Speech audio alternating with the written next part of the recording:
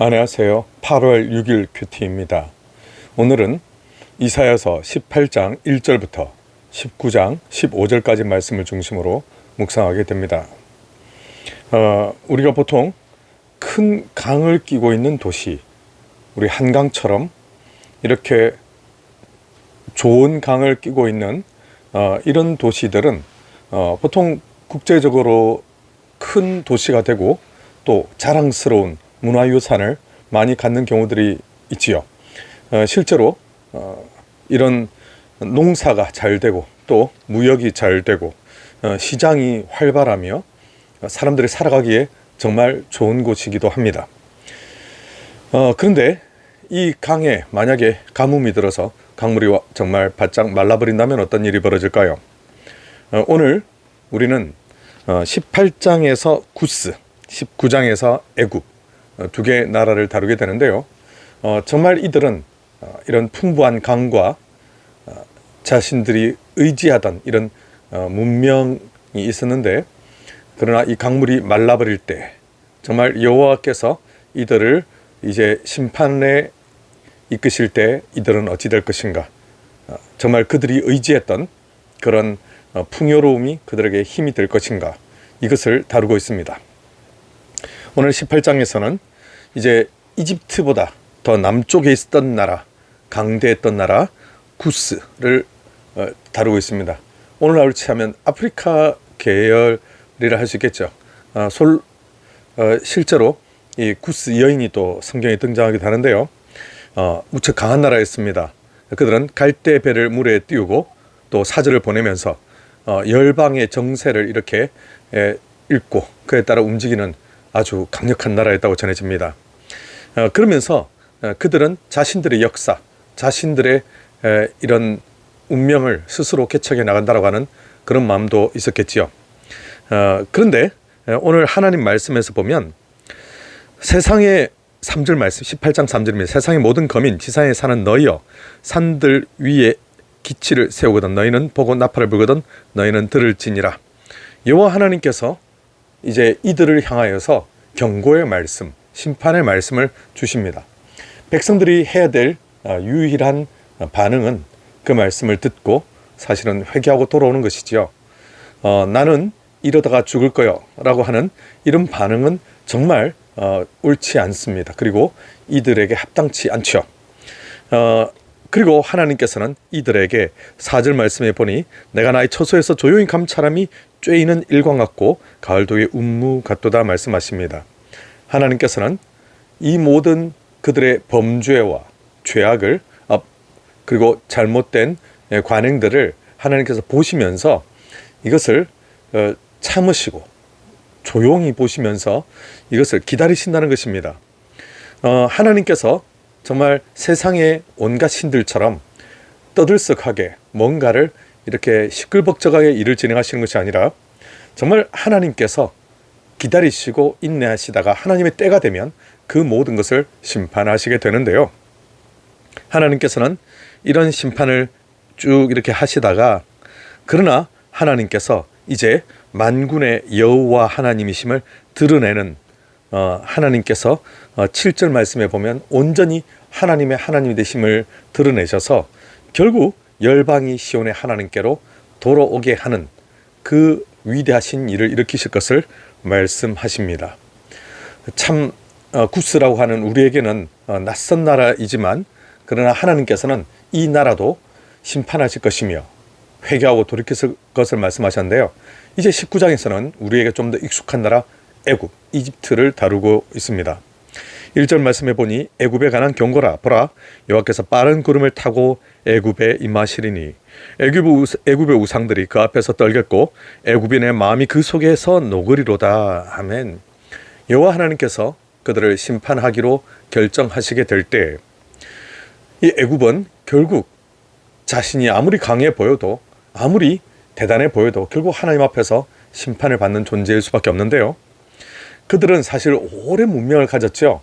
이집트 문명은 정말 화려하고 대단하고 전 세계에 내놓을 만한 아직도 관광 수입으로 먹고 살기에 충분한 정말 대단한 문명을 이뤘지요. 그들은 많은 왕권과 수많은 우상을 가진 실로 어마어마한 나라였습니다. 여러분, 우리가 그 출애굽 할 때 10개의 재앙이 있지 않습니까? 그 10개의 재앙은 사실은 모두 이집트에 있었던 10개의 신에 대한 형벌이기도 했습니다.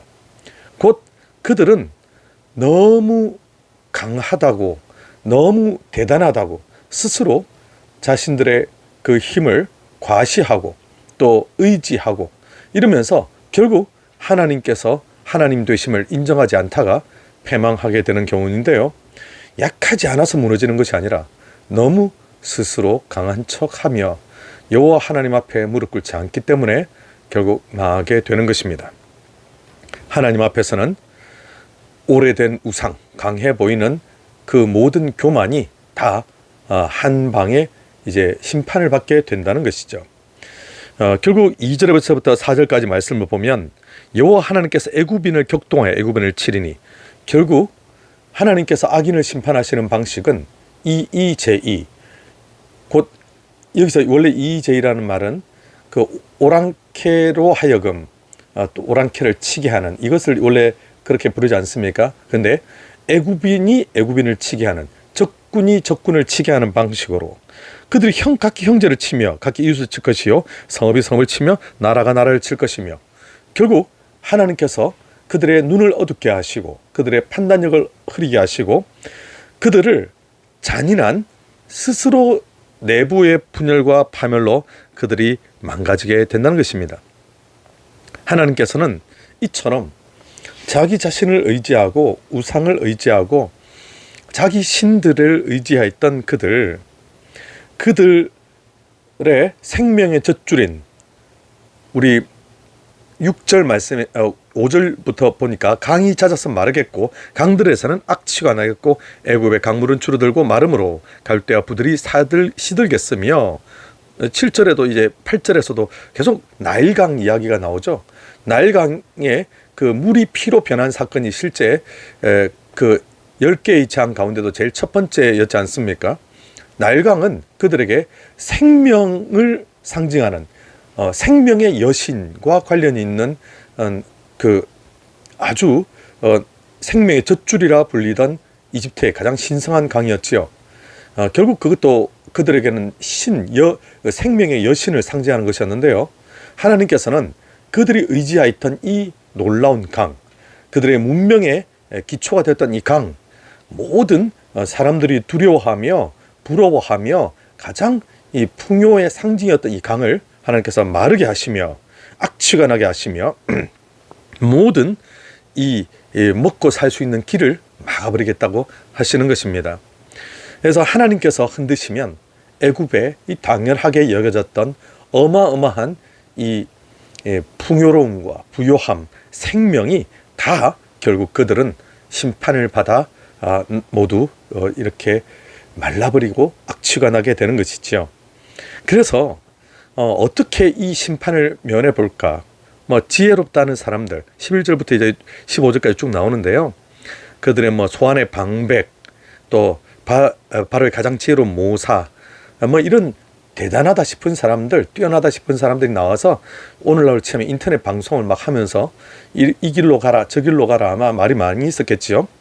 그들은 자신들이 스스로 지혜롭다 생각하며 자신들이 스스로 대단하다고 여기며 결국 우리 말을 들으면 살 수 있다 이러면서 여호와 하나님께로 돌아오는 것이 아니라 결국 그들의 인간의 또 다른 계략을 내세우기도 하는데요.